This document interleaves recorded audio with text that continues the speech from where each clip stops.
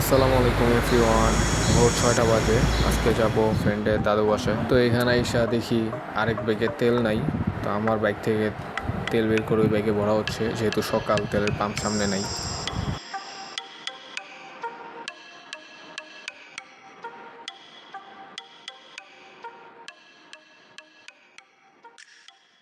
এই গাইস, চলে আসলাম আজকে যে গ্রামের বাসায়, গ্রামের বাড়িতে। অনেক সুন্দর গ্রামের বাড়ি। তোমাদের এক্সপ্রেশন কেমন? এই যে আমার সামনে আছে একটা কুকুর। এই যে আমার সামনে আছে একটা কুকুর। আপনারা দেখতে পাচ্ছেন কুকুরটারে। কুকুরটা কুকুরটা হচ্ছে আমাকে ভয় পাবে। এই যে এই দেখেন, আমাকে দেখে দৌড় দৌড় দিচ্ছে কুকুরটা।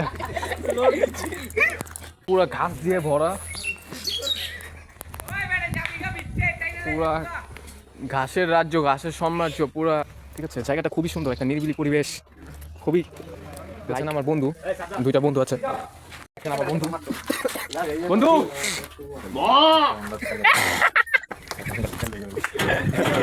এই যে বন্ধু কই দেখা যায় না।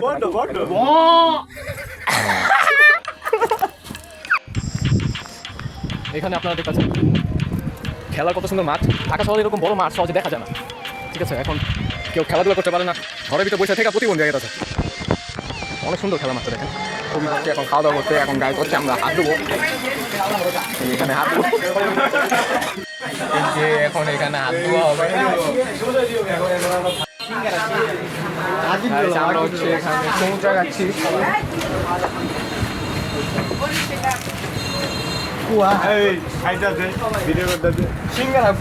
আমি এখন খাচ্ছি।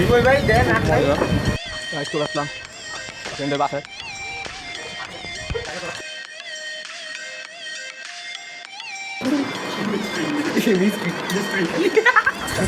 দেখতে পাচ্ছেন ছোটখাটো প্যান্ট পরে রেডি হয়ে গিয়েছি। এখন যাবো হচ্ছে গোসল করতে।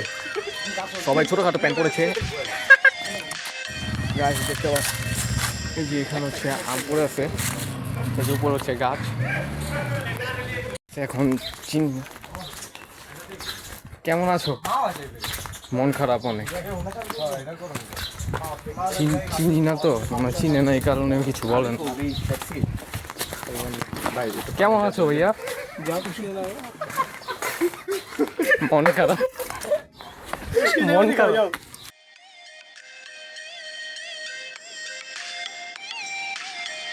দেখতে পাচ্ছেন জায়গায় জায়গায় অনেক সুন্দর সুন্দর আপনার বাড়িগুলো, টিনের বাড়িগুলো দেখতে পাচ্ছেন, খুবই সুন্দর। চলে আসলাম মাওয়া ফেরিঘাটে,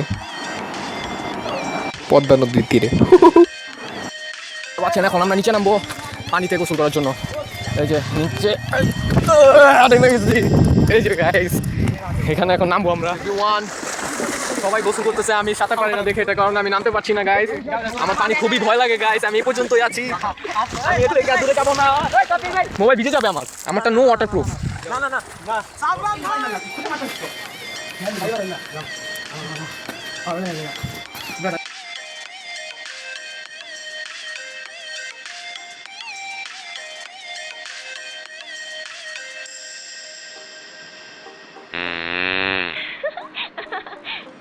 তো ঘোরা শেষ, এখন চলে যাচ্ছি বাসার দিকে। সবাই ভালো থাকবেন, সুস্থ থাকবেন। আসসালামু আলাইকুম।